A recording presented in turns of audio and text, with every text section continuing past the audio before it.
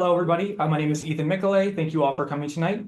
I'd like to introduce you to Will Quam, an architecture photographer, researcher, and writer. He's been giving his renowned Brick of Chicago walking tour for 5 years now and has been featured in numerous Chicago news outlets like the Chicago Tribune, WTTW, and Black Club Chicago. I hope you guys all enjoy, and without further ado, I'll turn it over to Will. Thank you.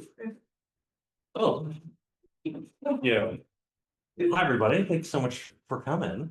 As Ethan said, my name is Will. I 9 years ago started paying a little too much attention to bricks, and then here I am 9 years later. It is my job now to pay too much attention to bricks and then share it with you. You're gonna learn a lot more about brick today than you ever thought possible, but it will be more enjoyable than you think. I do promise you that as well. To begin with, an image very familiar to most people in the Chicago area, what most buildings, old buildings in Chicago look like. And you'll notice most like this have two different kinds of brick on them.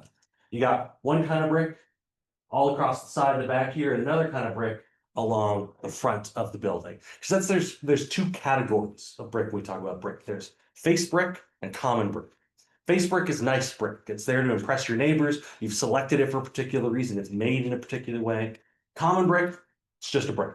It's just there to hold the building up, do the actual job of supporting the building. What makes Chicago a unique place is most places you went around the country, they made both kinds. You went to Philadelphia, for example, they took the same clay, one batch, they worked it carefully, the other batch, they don't care. Face brick, common brick. In Chicago, all we made was that stuff that fills up the backs, the guts of our buildings. And we didn't use it around our full buildings in Chicago because it was considered to be the ugliest brick in the entire country. The clay just so full of pebbles, stuff, and junk, and minerals that made it come out yellow and red and brown. There's a Boston brickmaker in 1890 who in a speech said that if Adam from the Bible had been a brickmaker, he would have caused the fall of man by making a brick as ugly as that. Yeah, it was despised. To give you a good sense of why people outside of Chicago might have really hated it, here's a side-by-side. Close-up of some Chicago common versus face brick on the, what's that, your left there. And this is Philadelphia. Philadelphia common versus Philadelphia face brick. It's not very different. But in Chicago, there's so much stone, so much pebble, so much variation, but it was cheap. That face brick would cost you $10 to buy 1,000 of them. That common brick, sorry, the face brick would cost you $30 to buy 1,000. Common brick, $10 to buy 1,000. So you fill up your building with the cheap stuff. And it wasn't just cheap, it was the cheapest in the entire country. By 1950, it still was $10 to buy 1,000 of those. That's not adjusting for inflation either.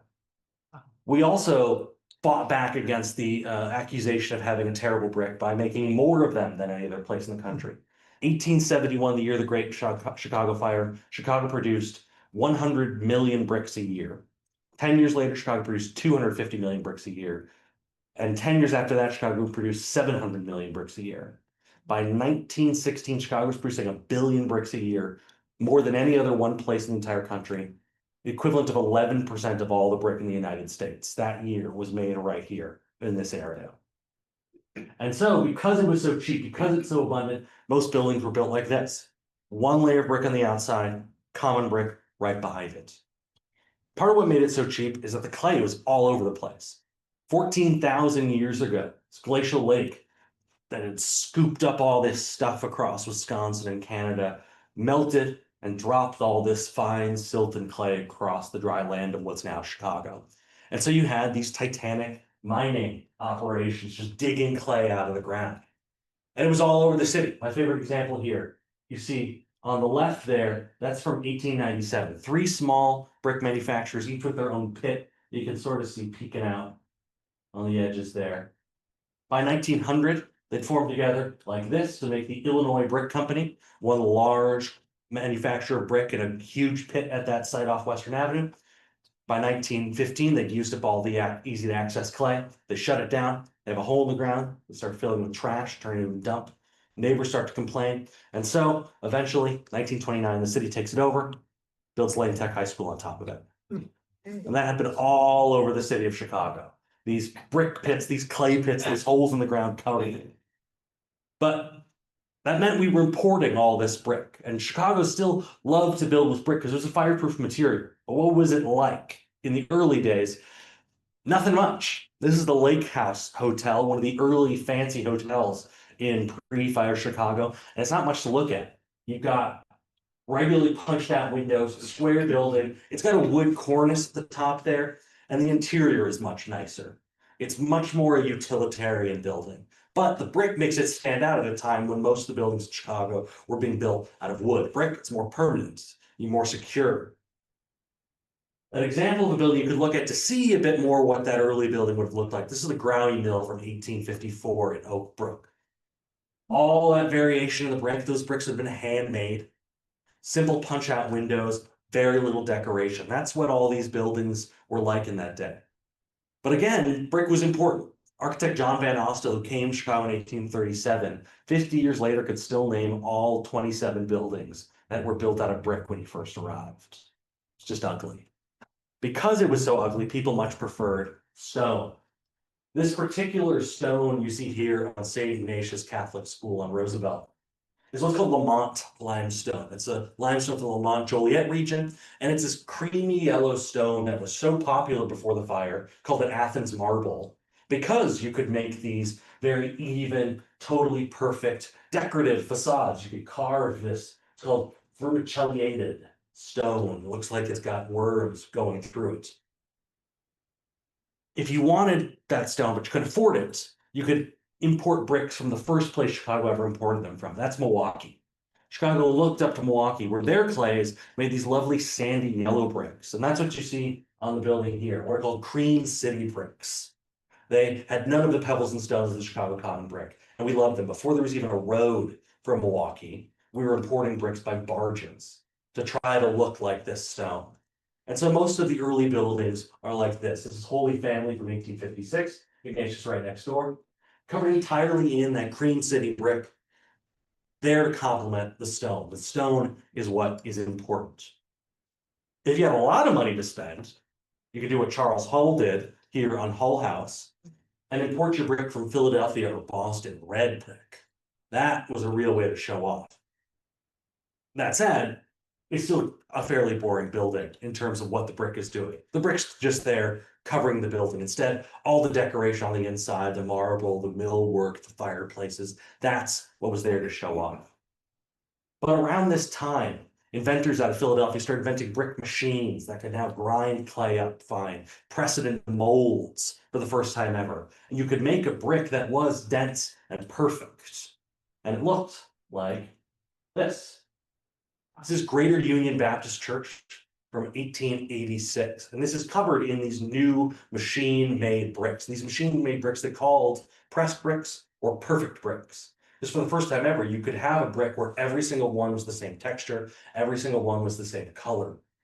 And it could give you, in this case, a Romanesque building, massive, huge.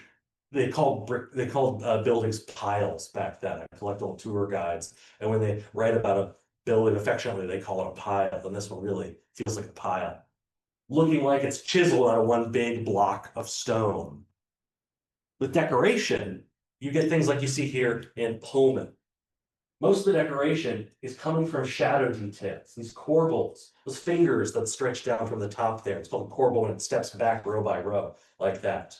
You're taking advantage of these really sharp edges you get from the molding process. There's no coloring added. You want all your bricks to be red. That's the goal. Instead of color variation, you get shape variation. Here's a snippet from a brick catalog from the 1890s, next to some bricks from Annie Mae Swift Hall on Northwestern's campus. The catalog, you'll notice, it's all in black and white. It's all pen and ink drawings, and that's what they did.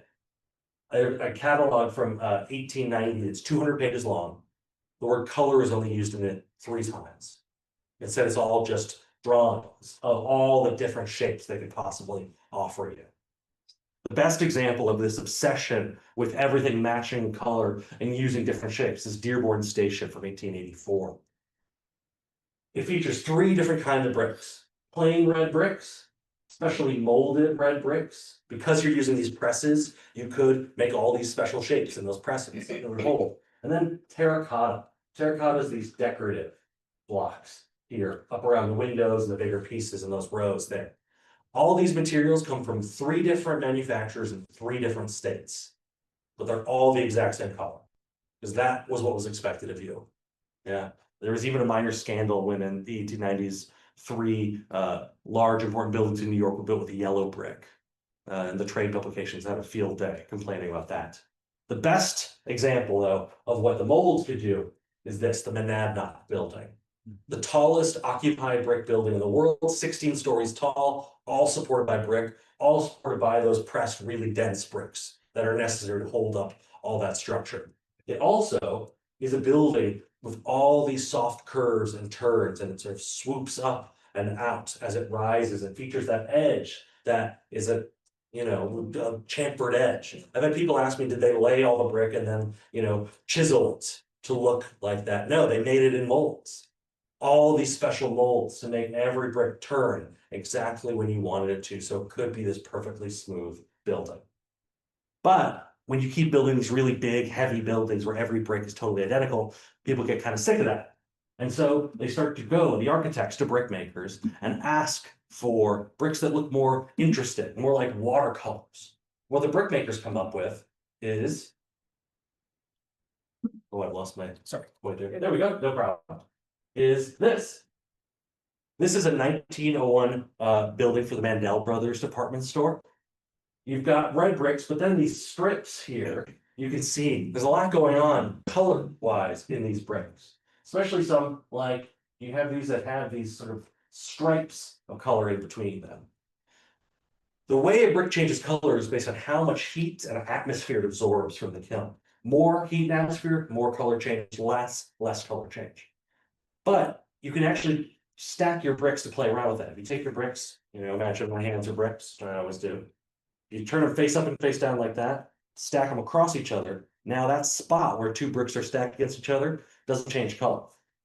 And so when you look at a brick like this one here, you're seeing spaces where bricks were stacked against each other.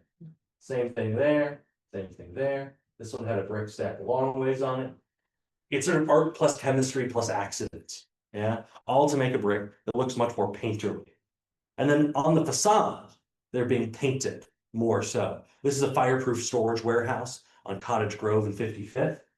It's covered entirely in those flash bricks, all these sort of smears of color. And then they're pushed out, pulled back, turned to create all this shadow line and detail across it. None of it is specially molded bricks. It's all the same brick, just played around to make a visually interesting building. It's a huge storage building. It doesn't need to have windows. And so instead, carve across it with shadow. Another kind of brick architects turn to is glazed brick, one of my favorites. This is Third Church of Christ Scientist on Washington from 1901. It's covered in bricks made by the Tiffany Brick Company of Momence, Illinois. And the way they would produce their glazes, they would play around with different thicknesses, different, amount of application per brick to give you this kind of opalescent looking brick that's not just all one solid color. It looks so much more painterly. They would also, you can see in this close-up of some green glazed bricks from the turn of the century, leave a lot of impurities in intentionally to give it this look of galaxies, this look of art ceramic more than brick. Finally, we have my favorite kind of brick. It's what's called iron spot brick. Iron spot brick is brick made with tons and tons of iron impurities throughout it. And so what you see, all those little speckles and spots on the brick, that's iron, coarse grains of iron that have burned and melted and turned into these glassy little vitrified bits across the surface. And that shine you get is that glassy iron. It's not a glaze. And architects love this brick because it looks so earthy, so real and volcanic compared to that perfect red brick.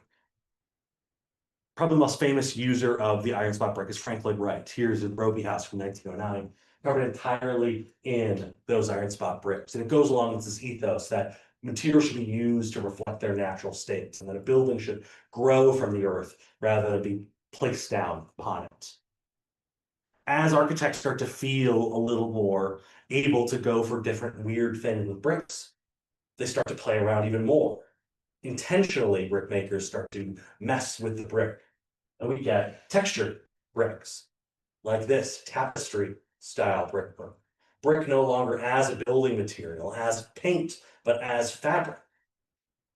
The way it's made is now it's no longer being made in these molds. Now it's what's called extruded. The clay is ground up, it's pushed through an opening, and get this long log of clay coming through this opening, like toothpaste out of a tube or pasta. And as this log of clay is coming out, they're dragging a wire across the surface of it. And that leaves that rough texture. It serves no purpose. Nothing. It just looks interesting. Yeah. And they're being trademarked in names like here's Tapestry, that's owned by the Fisk Brick Company of Boston, but you also had things like Imperial or Rugosa or Oriental, all these different things to make you think of fabric. And then they're laying it also now with these really thick mortar joints. So you can see every brick, imagining they're all weaving it together. And they're laid in the wall as fabric as well. This is the South Park Refectory from 1900 by Dwight Perkins. It's covered in that rough brick, but also it has these, scarves or stoles hung around, pennants hanging down from the eaves, contrasted with that bright white mortar. Dwight Perkins also was the school board architect for many years. And the best version of those is, this is close-ups of Gray Elementary in Little Village.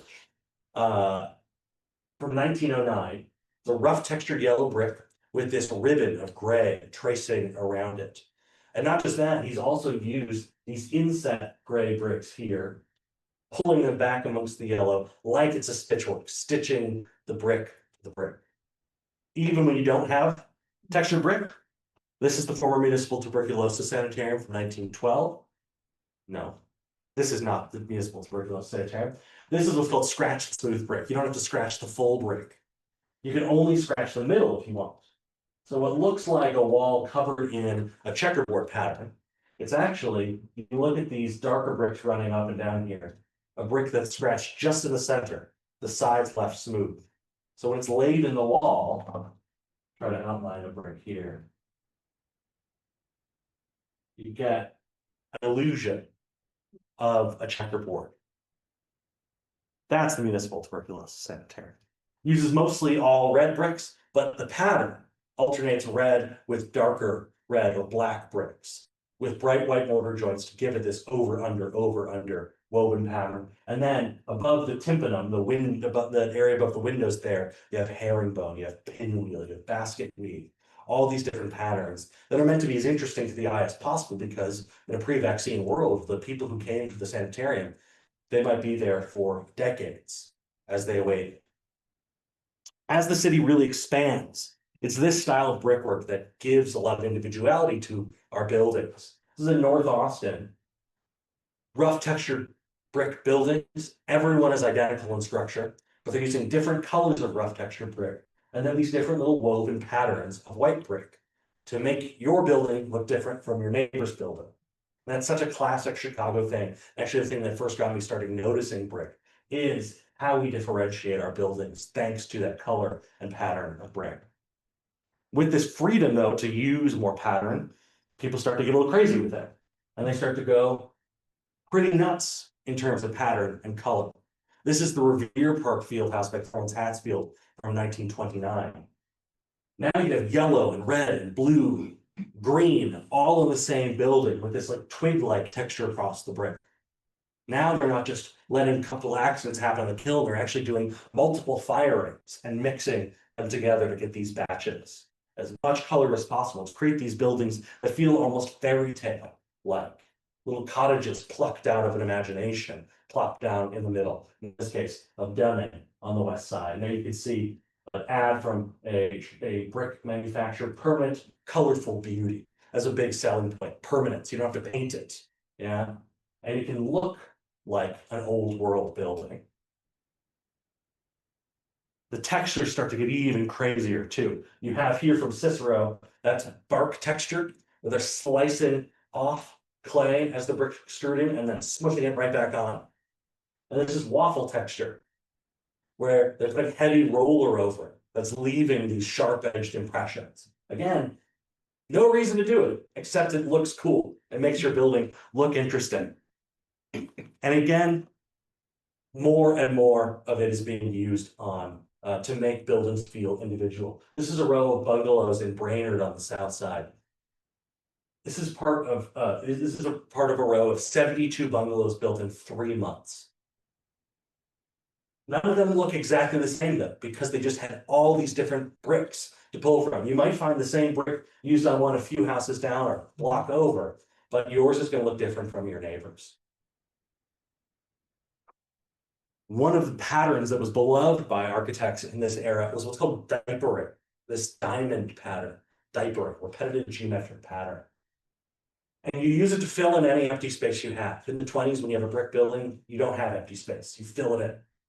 And this is the pattern of choice. So you have here on the far side there, that's the Chicago Racquet Club in the Gold Coast, very fancy building. This is the Aragon Ballroom, another very fancy building.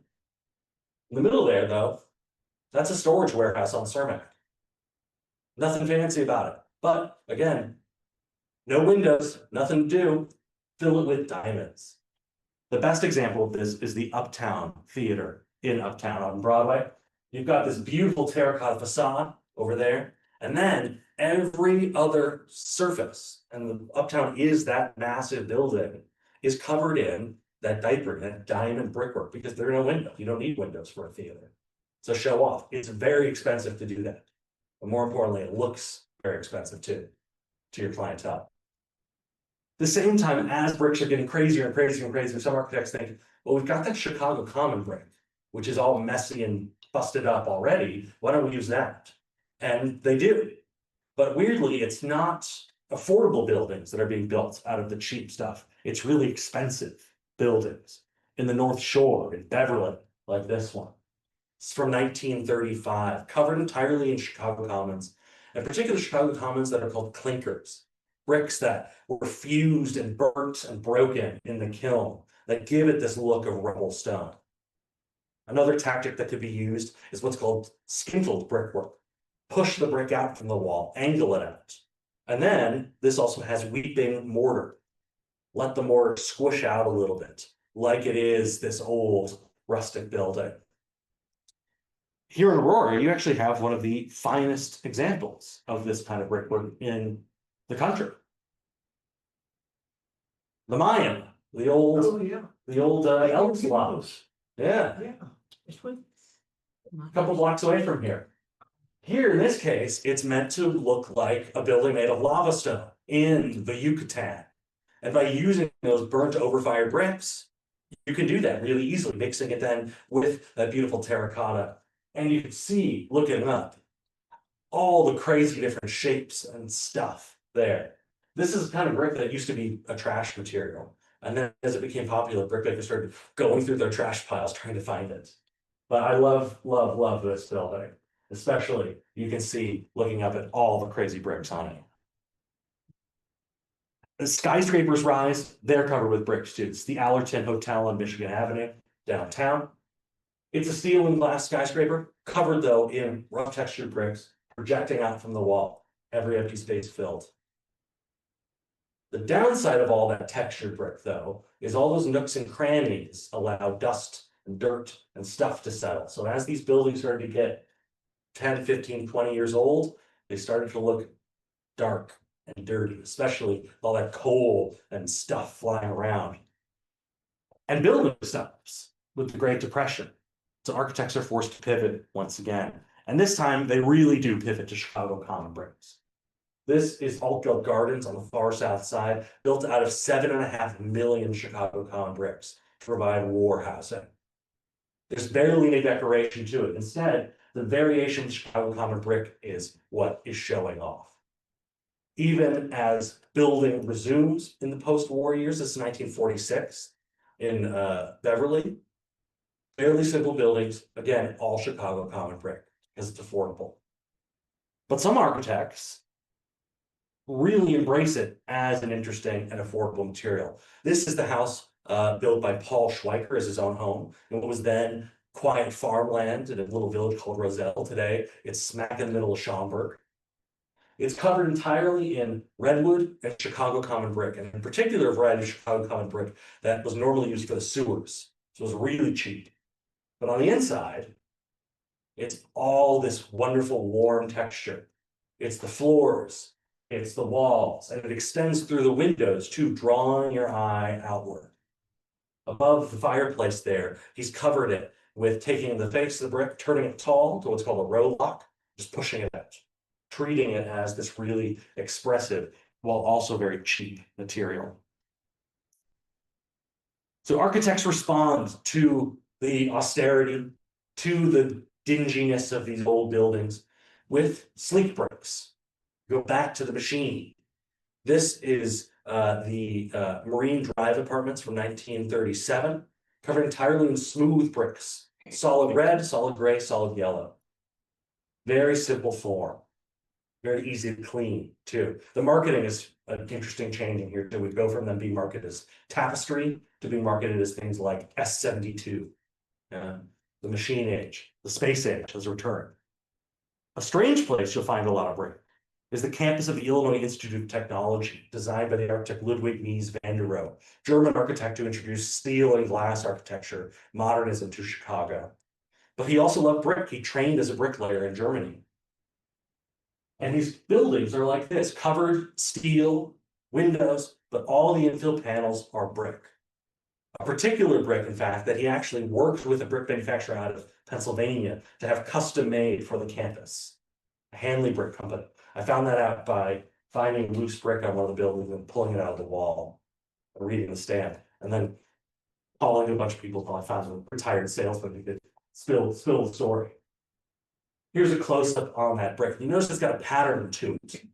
Pattern is one row of all long bricks, one row of all short bricks. That's called English bond. And in old school brickwork, it would work like this.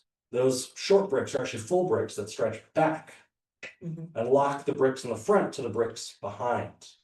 And this bond with all those headers, those short bricks, is the strongest way you can lay a brick wall. Here, all those short bricks are just cut in half. It's just the pattern. But he wants you to see, hey, here's how a brick building is made. This is a structural way to lay brick, and it sits alongside the structural steel, the structural concrete. He would also have his students hand draw this pattern. No straight edges allowed. Yeah, they still do that sometimes at IIT. His students really took that across Chicago. This is a Kenwood townhome development by one of the students, Y.C. Wong. Very simple and boxy, and also featuring that same pattern. It gives some visual interest. A lot of people weren't ready for that though.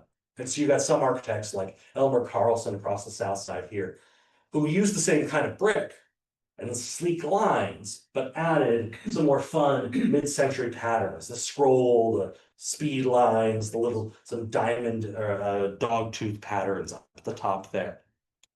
Other architects who really like that modern boxy form and all the open space on the inside start to use that form, but they don't like how cold this brick feels. And so instead they cover it with a much warmer brick. This is former Gordon High School in California. Very modern building, lots of glass, but it's covered in this rich, rough textured, once again, orange brick to make it feel inviting. Developers especially make buildings try to stand out from the crowd in this way. It's an apartment building in Budlong Woods, inscribed with these bright stripes of color across it, making it look even taller than it actually is and really stand out on the street, especially these buildings for the automobile. This is at Western and 77th. It was a bar, it was a shop, all sorts of different things. And the building, most of the building is behind, but towards the street is this bright panel of blue glazed brick.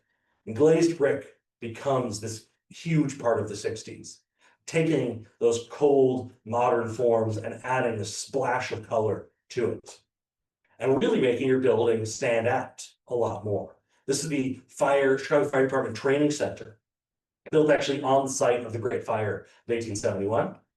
Its street address is the same address as the O'Leary's barn. Roosevelt Road? Just north of Roosevelt Road. Yeah, it's DeCoven Street off of Jefferson.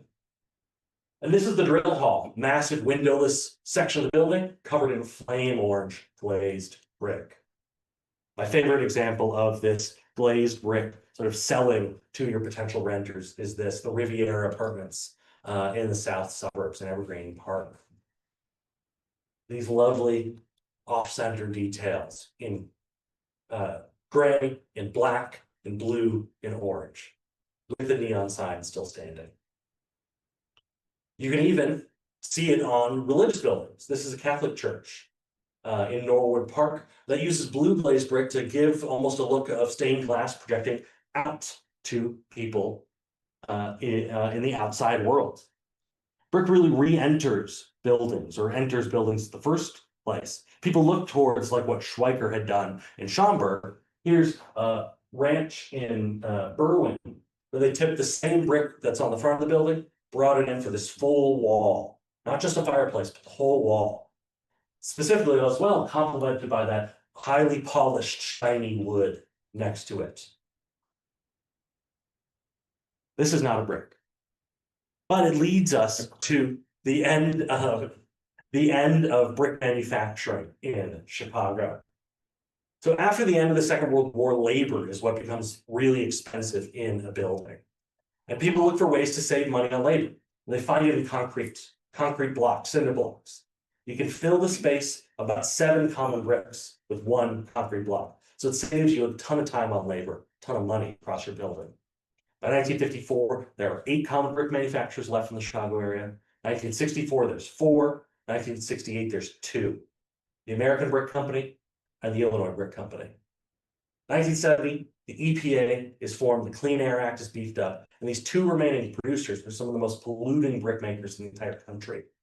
They're sending enormous amounts of sulfur, ozone, of soot into the air because the way they burned their bricks is basically these open air kilns, bonfires in many ways. And to clean up, to get into code, they would have to build new kilns, build huge hoods. They were barely making any money anymore. And so they closed down. The Illinois Brick Company in Blue Island shuts down in 1974. The American Brick Company in Munster and Dalton shuts down in 1981. The Blue Island pit, that's now the Blue Island Golf Course. The pit in Dalton is, as many brick pits were before it, a dump. And this, in Munster, is Clay Hole Lake. This is the Munster pit, now rewilded, turned into a lake with housing on one side, a shopping mall on the other side. But when you walk around it and look down, it's full of bricks. All the cast off, broken, leftover bricks just there in the dirt. And if you're a brick collector like me, available to pull up out of the ground. Now, Chicago Common today is still an incredibly popular brick. It's really popular, especially today, because it is so messy. It looks so, busted. The thing that made it so ugly now makes it so appealing because it's so much more than a modern brick can be. And so when an old building gets knocked down, those Chicago Common bricks are stacked up and resold. Not for $10 a thousand, but for $1.25 a brick. Some of it stays in the Chicago area. A lot of times, like the wall of a restaurant, new construction restaurant, they'll put a wall of that reclaimed Chicago brick because it gives it that look of an older building. But most of it gets reused on residential structures, like this one. The whole outside wrapped in reclaimed Chicago Common brick. And this is not anywhere near Chicago. This is $1 million home in Corpus Christi, Texas. And as you can see, all its neighbors are covered in the same brick too. It's one of about 3 dozen homes I hired a guy to take pictures of Corpus Christi. Last I checked on Realtor.com, there were 265 homes for sale in the South, advertising Chicago brick as one of their features, including the home of the former president of NASCAR in Daytona Beach, Florida, yours for $5 million. So brick building continues in Chicago though, and in Chicago more than really any other place in the country. In the 1980s, one brick insider estimated that 1 billion bricks a year, about 12% of all brick made in the United States, were being used in Chicago every single year. And it's in part because people are sick of steel and glass, feeling like they're in a fishbowl. So you get a building like this one, the Hyatt, 1979, the first masonry skyscraper in Chicago in decades, sandwiched between 2 steel and glass Mies van der Rohe buildings. But it's a hotel, so you want to feel more contained, they felt. It's also the energy crisis.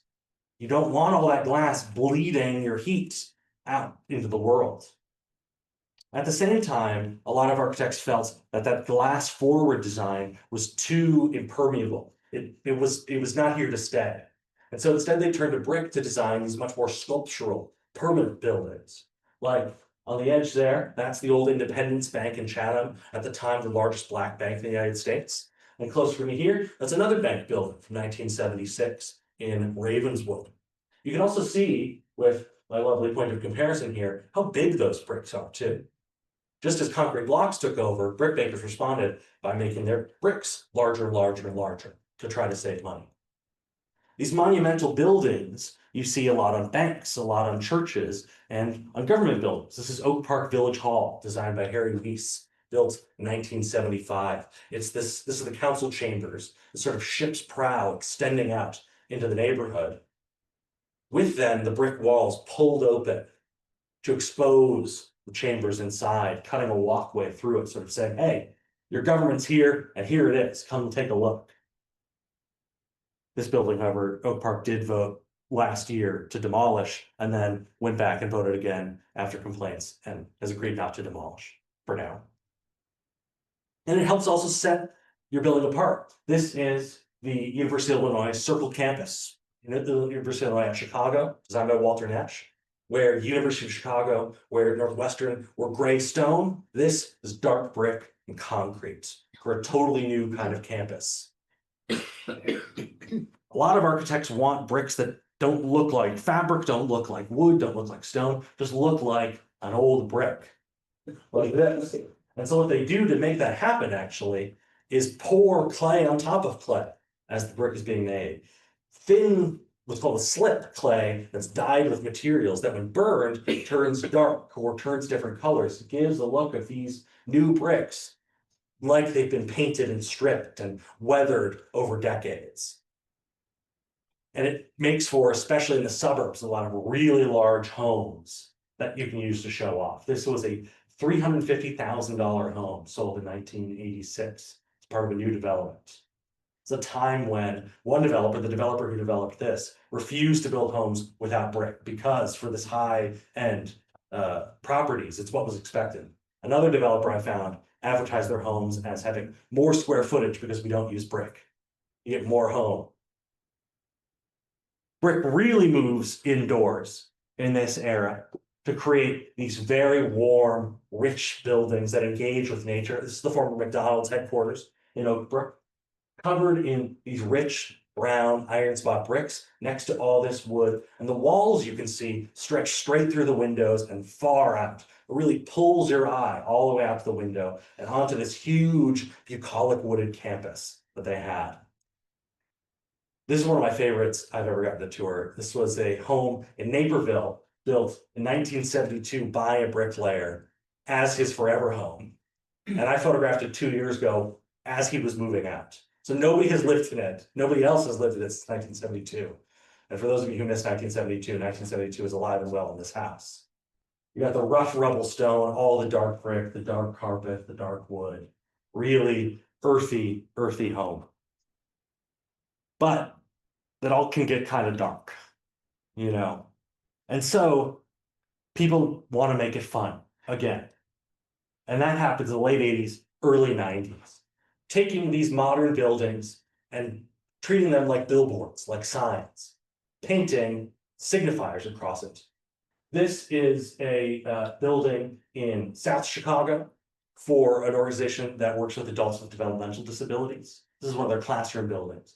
Designed by architect Adrian Lozano as a generic office style building, but with this bright blue glazed brick in these diamond patterns, with these hexagons across the facade. This is the Chicago Children's Advocacy Center, designed by Stanley Tigerman.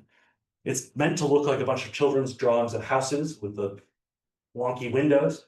All this bright glazed brick to make it feel inviting for children who have come to this building where very serious business happens. One of my personal favorites, designed by Carol Ross Barney. There's a post office, Glendale Heights Post Office, and it's an American flag, painted with glazed brick, red, yellow, blue, to be seen once again the speed of the highway. The form of the building is not that unusual, but the brick makes it really stand out. It's almost garish. And it makes for buildings that feel like what they are, almost like a cartoon of what they are. This is St. Rene Goupil Catholic Church over by Midway Airport. The original church was built at the time of the rest of the neighborhood, a little mid-century box. But then, in the late 1980s, they hired an architect to make a church that looks like a church. That looks like a church. A Romanesque church in particular. It's covered in the sort of idealized red brick with these brown brick painted, quote unquote, painted details around it to give it the look of blocks of stone like you would find on an old, say, Boston church. And it really helps this slightly almost naive style of brickwork and brick colors to make buildings that feel like homes. This is West Haven, Chicago Housing Authority development that replaced the Henry Horner homes. These huge steel, glass, concrete, and brick towers replaced now by these 3 flats covered in yellow, light brown, red brick with bay windows, with gables, very familiar looking things. Finally, the best example of this is the Harold Washington Library, covered in this warm red brick. All these references, the arches of the auditorium building, the brick of the monadnock, the terracotta, all these things, and very intentionally using a brick to feel more like a familiar building and not as much like a big, imposing classical temple. And that brings us to today, where this, to a lot of people, feels very cartoonish, over the top. They want something more serious, developers especially, and they turn instead to more industrial forms, warehouses, as areas like the West Loop, Fulton Market become this very desirable place where old loft buildings are gutted and converted to apartments. And new construction, like this building from 2022, are built to look like that. Big windows and repetitive forms, but it's covered in this purpley black silvery brick that goes with that metal feel of the old industrial world. Here's a 2019 condo building where you can see the glass is the feature. It's about those big glass boxes sticking off the building. And this shiny silvery black brick is just there to fit alongside of it, get out of the way. And also what looks as different as possible from that almost cartoonish idealized red brick, black brick. It's almost volcanic black brick. And so even when new development is occurring not in this industrial style, like these single-family homes in Bronzeville, they're the shape of a classic house, but they're covered in gray and black brick. It's a way of signifying to any, homeowners, hey, it says an open concept kitchen. It's newly renovated style. There are some other really interesting things happening, like brick is coming back onto tall buildings. Not quite the same though. This is a new building in Fulton Market. It's steel, it's glass, but it's got this brick that traces around the window. A lot of framing, kind of like we saw in the 80s, where brick is being brought in to contain the space a little more. It also fits alongside that industrial past. These bricks, though, are what are called thin brick. Thin brick is a brick, but it's the sort of size and thickness of a tile. And what you do with those is you lay them face down on a form liner and whatever your pattern is. A form liner is like an ice cube tray, basically. Pour concrete across the back of it, and then lift it up and hang it on your building. It's very fast, it's very cheap. The downside of it is it looks almost uncanny, way too perfect. So a lot of buildings like this one will have all that precast brick above the first couple floors, but the first 3 stories that somebody's actually going to walk by, they still have traditional laid in place brick. The final trend that I really like is these brick screens. This is the Schuba's Tide House. Schuba's bar there. It's a 1901 Schlitz tavern. Yep, Southport and Belmont. And they built this new restaurant and event space up above next door. And it's this brick box hanging over this glass base. But all these holes have been punched in it to bring light onto the interior. And the cool thing about those holes is the shape of that screen Mimics, yeah. mimics the shape of the red brick little pluses above the entrance to Shubas there. And it makes for a building that feels both very heavy, but also quite light. And once you're inside, makes for a very dynamic space where the light is constantly changing throughout the day. And that is the end of our surprisingly detailed discussion of brick. Good job. Thank you. A quick plug for myself. As I mentioned, or as Ethan mentioned, I give walking tours across 11 neighborhoods around Chicago about brick architecture, but also about so many other things. They're all on my website. I post pictures on my Facebook and my Instagram. I also have a book coming out in April of next year through the University of Chicago Press. It's called Fire and Clay. It is all about the history of brick architecture, but also brick as sort of a lens through which to better explore the Chicago region. I just got blurbed by Jeffrey Baer today, so it comes recommended. I'm happy now to answer any questions you might have, and I know we might have some on Zoom as well. Yes. The glazed white, was that the Church of Scientology? No, not Scientology. Third Church of Christ Scientist. Science, yeah. Yeah. That's pretty much standard for their buildings, isn't it? I'm trying to think of other, not so far as I know, a lot of the original ones are gray stone. And then the probably most famous one in Chicago is concrete. It's Harry Weiss's curved one on Wacker Drive. That's the one I'm thinking. Yeah, and that's all concrete. Unreal. Yeah, I don't know of any others that use glazed brick. So where's the bricks being made at? Where brick's being made today? There's still a lot of brick made in the United States. I've had people ask, are we importing cheap bricks from China or something? No, and I don't think we ever will, because the biggest cost of building with brick or biggest cost of buying brick is transportation. It's heavy. It's no longer made in Illinois. When the Marseilles brick company shut down, that was the last brick company in Illinois. The nearest to Chicago is Terre Haute, Indiana. And then it's made in a lot of rural areas. There are some newer plants and some very, very old ones that have been around since the 1870s and 80s. So that's like a whole field to study in itself. I worked on the railroad for 57 years. When was Jimmy Carter president? Starting in 76. Okay, 76. So like 74. in the 70s, early 80s, I was working on local freights. And a company that sold brick around here was RAM, R-A-M-M. Yeah, I've heard And of they got that. their stuff in boxcars, and we would deliver at Naperville and Hinsdale, and they would unload their own cars. They would put them on a team track. Well, that's good for you. And then sometimes they would get them back at West Chicago. They'd come off the Northwestern, and they'd have them in a boxcar, and the brakes were out of them, and they had straw. So they wouldn't get damaged. Yeah. Or hopefully not too much damage. Yes. And the General Mills, they loaded food out of, and I told the foreman, I said, I got the type of car you want. I said, but it's got straw inside and brick dust. Now, if you want to take it and you want to clean it out at no expense to me, I'll give it to you. Yeah. He says, bring it in. So I pushed it in the plant, we opened the doors, he looked at it, and he said, I'll take it. And he had somebody clean that out, and they were not happy about it. I can imagine they would. But I mean, he got a car that was suitable for food loading once the dust was out. Once all the bricks Yeah, and the straw. And the straw. Nice. So- they don't use straw anymore. But no. But like, didn't Moses, the Israelites had the straw taken away from them when Pharaoh wanted a bigger out? Straw was a binder in old handmade bricks. Yeah, Yeah. you don't want to just use raw clay. No. You want to mix in various binders. Yeah, and let's hold it together better. Yeah. Did you have some question? I just wanted to say a statement about making bricks in the United States.